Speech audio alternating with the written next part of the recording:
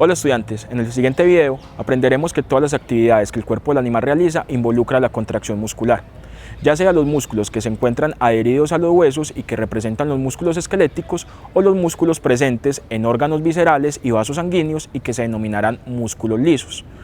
Los músculos en general hacen una transformación de una energía química representada en ATP hacia una energía mecánica que permitirá el movimiento o desplazamiento del animal y también la propulsión de diversas sustancias a través de vasos sanguíneos y órganos cavitarios o viscerales.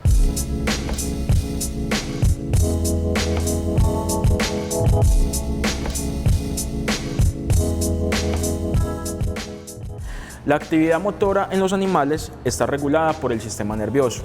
Y esa actividad motora puede estar entonces regulada por el sistema nervioso somático o por el sistema nervioso visceral o autónomo. El sistema nervioso somático controlará la función motora en los músculos esqueléticos que permitirá el desplazamiento del animal, el cambio de posición relativa de su cuerpo, mientras que el sistema nervioso autónomo hará referencia al control de las funciones viscerales, como lo es la contracción cardíaca, y la propulsión de diversas sustancias a través de los órganos digestivos, reproductivos o a través de los vasos sanguíneos. Se empieza por esto porque no podemos tener la función muscular aislada de la función nerviosa. Prácticamente ambos sistemas funcionan como una sola unidad, como un solo conjunto. De manera que las respuestas que emite el sistema nervioso, muchas de ellas son traducidas en una respuesta mecánica acontecida en los músculos. No hay función en el cuerpo de los animales que no necesite de la contracción muscular. Para nosotros la función muscular va a estar muy asociada al movimiento, pero no es la única función de los músculos. Por ejemplo, cada uno de ustedes en este momento está haciendo un ejercicio de seguir el movimiento de mis manos sobre este cadáver y eso exige unos movimientos musculares en sus ojos. Pero de la misma manera, cada uno de ustedes en este momento está vivo por las contracciones sincrónicas de esta bomba muscular llamada corazón. De esa manera, los músculos también van a cumplir unas funciones vitales en los animales. Además, los músculos van a servir como una reserva energética, principalmente representada en glucógeno, una reserva de proteínas, de aminoácidos, y también van a tener funciones dentro de la termorregulación del animal. Cuando los animales sienten frío, van a generar una serie de contracciones musculares involuntarias que van a permitir la generación del calor. Resumiendo entonces, todos los músculos, no importa dónde estén en el animal, no importa el tipo de músculos del que estemos hablando, todos los músculos van a obedecer órdenes del sistema nervioso, ya sean órdenes del sistema nervioso autónomo para el movimiento y la propulsión y la secreción en órganos viscerales o glándulas, o el sistema nervioso somático asociado al desplazamiento y a la locomoción del animal. Producto de la contracción muscular se van a generar dos cosas: una fuerza, una tensión resultante, y se va a generar calor. ¿Cuáles son entonces los tipos de músculos que existen en un animal? Los músculos en un animal van a tener una clasificación, digámoslo, estructural y una clasificación funcional. Dentro de la clasificación estructural vamos a tener una clasificación que se hace en términos macroscópicos y es si los músculos presentan un patrón de líneas, de bandas o estrías en ellos o si no lo presentan. Si no lo presentan, decimos que son músculos lisos y esos músculos lisos van a estar adheridos a la estructura de órganos, principalmente órganos cavitarios como este que sería el rumen de esta cabra. Ese rumen necesita unos patrones de motilidad que permitan la fermentación del alimento, que permitan la absorción de nutrientes, de ácidos grasos a través de las papilas ruminales y que permitan la propulsión de ese alimento hacia los demás órganos. Entonces los músculos lisos se van a encontrar asociados a la estructura de los órganos cavitarios, de las cavidades, permitiendo la propulsión de diversas sustancias a través de ellas. ¿Dónde más encontramos músculos lisos en un animal? Los vasos sanguíneos, en este caso les estoy detallando arterias, poseen una capa muscular lisa que permite los movimientos de vasoconstricción y de vasodilatación. Cuando el vaso sanguíneo se dilata, aumenta la apertura de su lumen o su luz, y cuando se contrae disminuye la apertura de esa luz. Esos cambios vasculares son importantes, entre otras, para la termorregulación, para el flujo sanguíneo específico hacia diversos tejidos en función de su gasto cardíaco, de las necesidades de irrigación que posean, y también como unas respuestas defensivas del animal asociadas al sistema nervioso autónomo. Cuando hay una descarga simpática, la estructura muscular de los vasos sanguíneos puede generar una vasodilatación que permite entonces llevar un mayor riesgo sanguíneo hacia órganos específicos. Los músculos que sí presentan ese patrón de estrías o bandas justamente se denominan músculos estriados.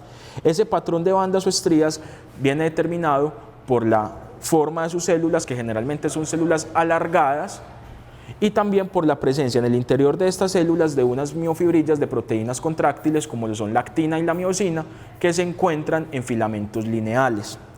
Mientras que en los músculos lisos, estos filamentos de actina y miosina se encuentran dispersos y asociados a la membrana celular.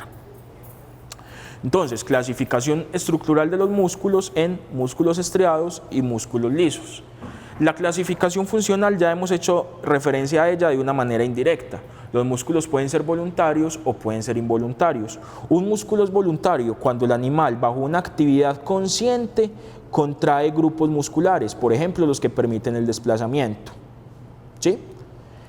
Y hay unos músculos que son involuntarios, que son aquellos gobernados por el sistema nervioso autónomo, que actúan sin que la conciencia medie en ese proceso de contracción. Uno de ellos puede ser entonces el músculo cardíaco, cuyos patrones de contracción son totalmente autónomos. El corazón específicamente tiene unas células con actividad eléctrica en la región marcapasos o nódulo sinusal que genera las contracciones, la energía necesaria para las contracciones. Ya el sistema nervioso autónomo simpático aumenta la frecuencia de esas contracciones, mientras que el parasimpático disminuye la frecuencia de esas contracciones, pero creo que de manera obvia sabemos que nuestra actividad consciente no permite hacer un control de esos patrones de contractilidad del corazón. Asociado a todo lo que acabo de decir, en los animales vamos a diferenciar tres tipos de músculo. El músculo que es estriado y a la vez voluntario, que se denomina músculo esquelético. Por ejemplo, aquí tenemos el músculo glúteo bíceps en esta cabra y sería un ejemplo de músculo esquelético. En segundo lugar, vamos a tener el músculo que es estriado pero que es involuntario, y tendríamos entonces lo que conocemos como músculo cardíaco presente en el corazón.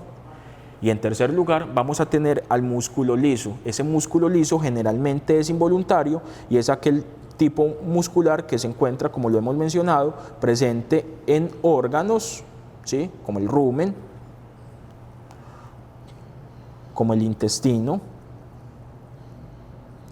y también presente en los diversos vasos sanguíneos. Como se puso de manifiesto, el movimiento en el animal es una actividad coordinada que involucra en primera instancia al sistema nervioso, ya sea mediante el sistema nervioso somático o visceral o autónomo. El animal va a generar el movimiento de diversos grupos musculares. Por ejemplo, si el animal requiere mover esta extremidad, tiene que haber una orden desde el sistema nervioso somático, que a través de nervios envían esa orden hacia los diversos grupos musculares.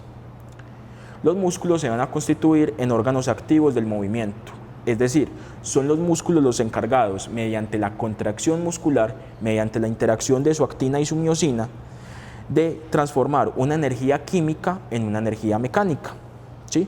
Mediante la contracción muscular se transfiere una energía química en una energía mecánica o en una tensión.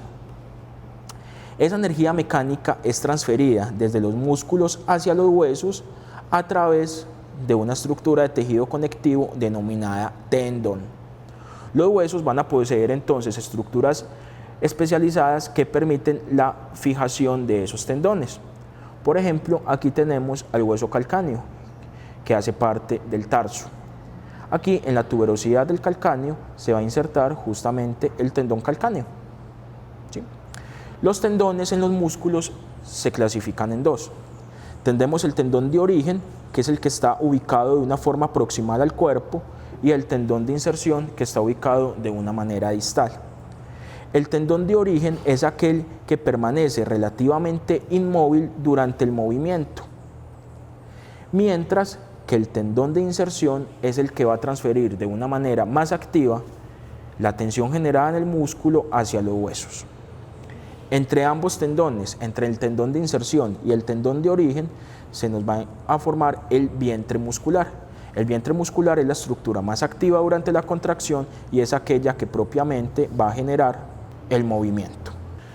Uno de los campos de acción que tiene el futuro profesional en gestión de insumos agropecuarios es conocer las zonas de administración de diversos medicamentos para los animales. Muchos de ellos se hacen de manera intramuscular. Siempre deben atender las indicaciones del fabricante, las indicaciones en la etiqueta de cada uno de los medicamentos y sobre todo, en lo posible, hacer esta actividad bajo la supervisión de un médico veterinario. Los grupos musculares que principalmente se utilizan en la inyección intramuscular en los animales son los músculos semitendinoso y semimembranoso, los músculos del cuádriceps, los músculos glúteos y los músculos lumbares. ¿Qué características poseen estos músculos? Que poseen una baja inervación y una baja vascularización. Los sitios recomendados para la inyección intramuscular en animales de compañía, en animales pequeños, en mascotas, principalmente son el cuádriceps y los músculos lumbares. Siempre se ha hecho referencia que los músculos semitendinoso y semimembranoso son buenos sitios para la inyección intramuscular, pero cuando hacemos la inyección intramuscular en estos, si no colocamos la aguja en una dirección y posición adecuada, corremos un mayor riesgo de afectar el nervio isquiático, llevando a claudicaciones el animal o a generar un intenso dolor. Por lo tanto, los músculos del cuádriceps, donde tenemos el vasto lateral, el recto femoral, el vasto medial y el vasto intermedio, nos permitirá que el mismo hueso fémur sea como un límite que impide llegar al nervio isquiático. Entonces, por eso se constituye en un buen grupo muscular. Siempre tengan la precaución de cuando inserten la aguja, aspirar con el émbolo ligeramente para comprobar que no llegaron a un vaso sanguíneo. Si ingresa sangre hacia la jeringa, lo mejor es retirar la jeringa y repetir nuevamente el proceso de inyección. En los animales de producción y sobre todo en aquellos destinados a la producción de carne, como los corderos, los bovinos de razas de aptitud cárnica o los cerdos, no está muy recomendado hacer inyecciones intramusculares en su zona glútea.